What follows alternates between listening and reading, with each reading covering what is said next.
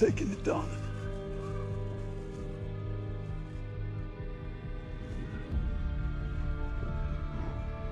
Ooh.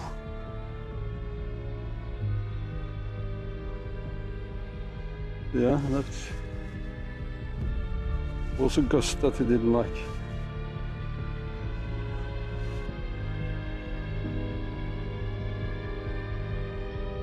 No birds around, so I just wonder, can the motor stop to rotate if the wind actually is too strong? Or might it be another error, because this is the second one today.